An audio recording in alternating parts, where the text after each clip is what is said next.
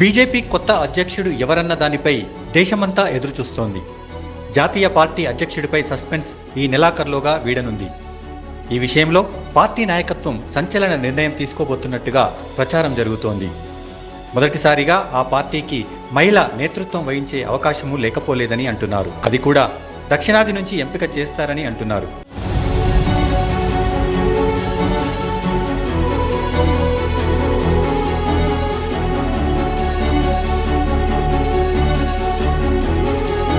ఇప్పటికే ఈ విషయంలో తమిళనాడుకు చెందిన వనతి శ్రీనివాసన్ పేరు ప్రముఖంగా వినిపిస్తోంది. ఆమె ప్రస్తుతం కోయంబత్తూర్ ఎమ్మెల్యేగా ఉన్నారు. అలాగే జాతీయ మహిళా మోర్చా అధ్యక్షురాలిగా కూడా వ్యవహరిస్తున్నారు. ఇప్పటికే మహిళా రిజర్వేషన్ బిల్లును ఆమోదించడంతో ఆ క్రెడిట్ బీజేపీకి దక్కింది.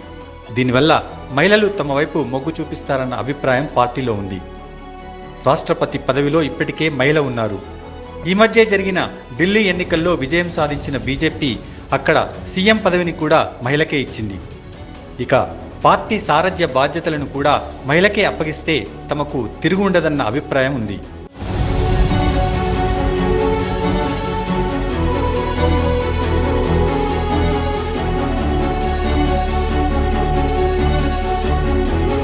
వచ్చే ఎన్నికల్లో ఎలాగూ చట్టసభలలో 33% రిజర్వేషన్లను అమలు చేయాల్సి ఉంది. ఇలాంటి సమయంలో పార్టీని సమర్థంగా ముందుకు నడిపించే బాధ్యతను ఒక మహిళకు అప్పగించాలన్న చర్చ జరుగుతోంది. అంతేకాకుండా బీజేపీ ఈ మధ్య సౌత్పై ప్రత్యేకంగా దృష్టి సారించింది. ముఖ్యంగా తమిళనాడుపై ప్రత్యేకంగా కన్నేసింది. ఎందుకంటే దక్షిణాదిలో కర్ణాటకలో బీజేపీ ఇప్పటికే పటిష్టంగా ఉంది. ఇక తెలంగాణలో కూడా కాంగ్రెస్కు ప్రత్యామ్నాయ శక్తిగా అవతరిస్తోంది. ఆంధ్రప్రదేశ్లో టీడీపీతో కలిసి ప్రభుత్వాన్ని ఏర్పాటు చేసింది. అయితే కేరళ, తమిళనాడులు మాత్రమే బీజేపీకి సవాలుగా మారాయి. అందుకే తమిళనాడులో అధికారంలోకి వచ్చేందుకు పటిష్టమైన వ్యూహాన్ని రచిస్తోంది. ఇందులో భాగంగా ఇప్పటికే అన్నాడీఎంకేతో పొత్తు పెట్టుకుంది. ఇలాంటి సమయంలో తమిళనాడుకు చెందిన మహిళకే జాతీయ స్థాయి సారథ్యాన్ని అప్పగిస్తే మరింత ప్రయోజనం కలుగుతుందన్న అంచనాతో బీజేపీ అగ్రనాయకత్వం ఉంది.